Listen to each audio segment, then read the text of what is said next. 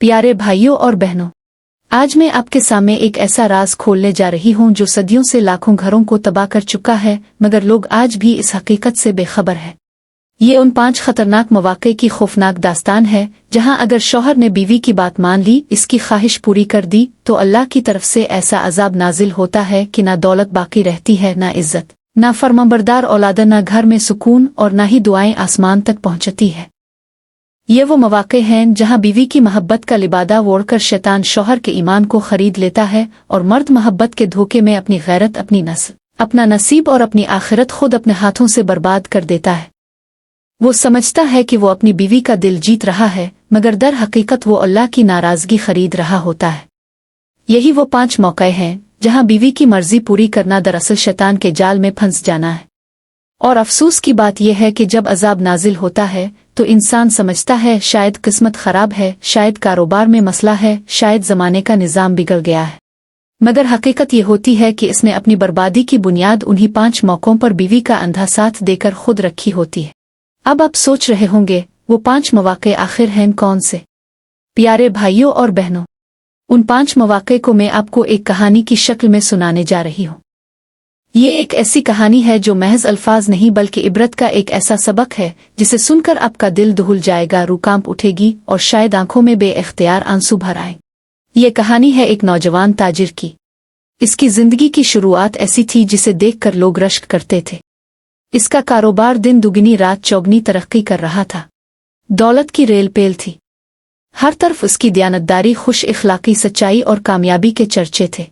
लोग इसे देखकर दुआएं देते, इसकी नेकी की मिसालें देते, इसकी सखावत की तारीफ करते और कहते कि वाकई अल्लाह ने इसे अपनी रहमतों से नवाजा है।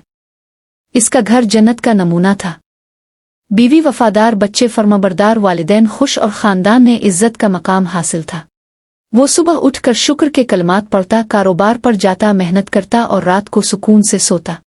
उसके दिल में हिर्स न थी, न किसी की दौलत देखकर हसद करता और न ही कभी हराम की कमाई का सोचा। लेकिन असल इम्तिहान तो हमेशा खुशहाली में होता है। जब शैतान खुशहाल घरों के दरवाजे पर दस्तक देता है और इंसान के कदमों के नीचे से जमीन खींचने लगता है। ऐसा ही इस ताजिर के साथ हुआ। और वो दिन आया जब शैतान ने इसकी बीवी के दिल में दुनिया की मोहब्बत का जहर भर दिया। एक दिन बीवी ने शौहर के सामने अपनी सहेलियों की दावतों, ज़ेवरात, कीमती गाड़ियों, बड़े बंगलों, ब्रांडेड कपड़ों और पुरताइश जिंदगी की तस्वीरें रख दें और कहा, देखो सबके पास सब कुछ है और एक हम हैं जो अब तक सादगी में जी रहे हैं। मुझे भी वो सब कुछ चाहिए। कब तक मैं दूसरों से कमतर रहूंगी? लोग क्या कहेंगे कि इतने बड़े बिजनेसमैन की बीवी है कर भी सादा जिंदगी गुजार रही है। शौहर ने नरमी से समझाने की कोशिश की। इसे अल्लाह की नेमतें याद दिलाएं, कनात का सबक दिया। कहा, हमारे पास सब कुछ है। रिस्क की बरकत है, इज्जत है, सुकून है, दीन है और यही असल दौलत है। मगर बीवी के दिल में दुनिया की आग भड़क चुकी थी।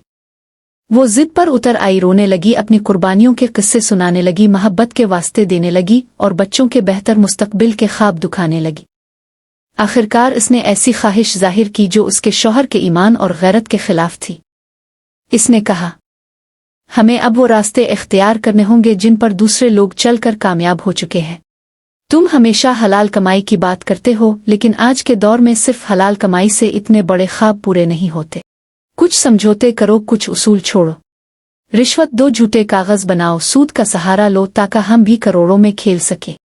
शौहर का दिल धड़कने लगा। इसे लगा जैसे बीवी की जुबान नहीं, आजमाइश की गहरी खाई बोल रही हो।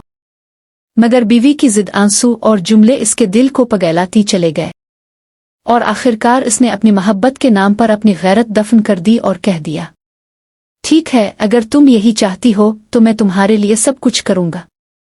यही एक वहां इसकी बर्बादी का पहला दरवाजा थी। पहला कदम, सूद।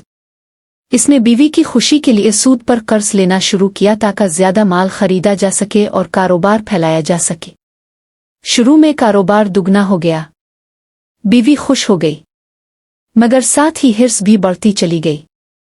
दूसरा कदम, रिश्वत। अब बीवी ने कहा, हमें सरकारी ठेके हासिल करने हैं, लेकिन रिश्वत के बगैर काम नहीं होता। उस शौहर ने रिश्वत देना शुरू कर दी। जाली कागजात, झूठे सर्टिफिकेट्स और धोखे से दौलत इकट्ठी होने लगी। तीसरा कदम, बेहयाई की महफिल है। बीवी ने कहा, हमें बड़े लोगों की महफिलों में जाना है, दोस्तियां बनानी हैं। वो ऐसे माहौल में जाने लगे जहां नाच गाना, बेपर्दगी, शराब आम थी। बीवी गैर मर्दों से बेतकल्लुफ होने लगी और शौहर खामोश रहा। चौथा कदम, माँ बाप से अलहदगी।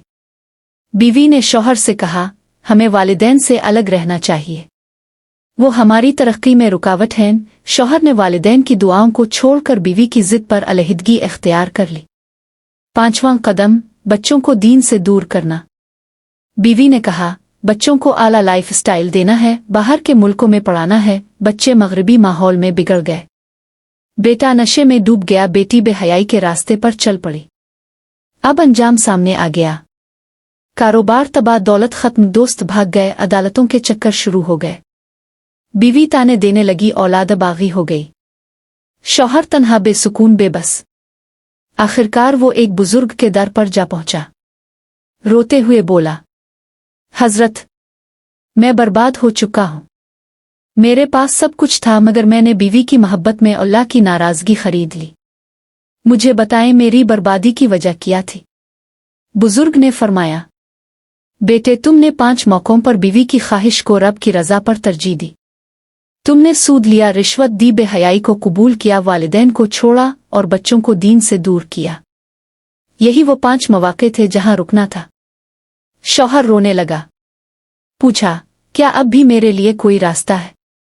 बुजुर्ग ने फरमाया, हाँ, अल्लाह बहुत बड़ा मुआफ करने वाला है, लेकिन अब तुम्हें सच्ची तौबा करनी होगी, जो सिर्फ जुबान से नहीं, दिल की गहराई से हो।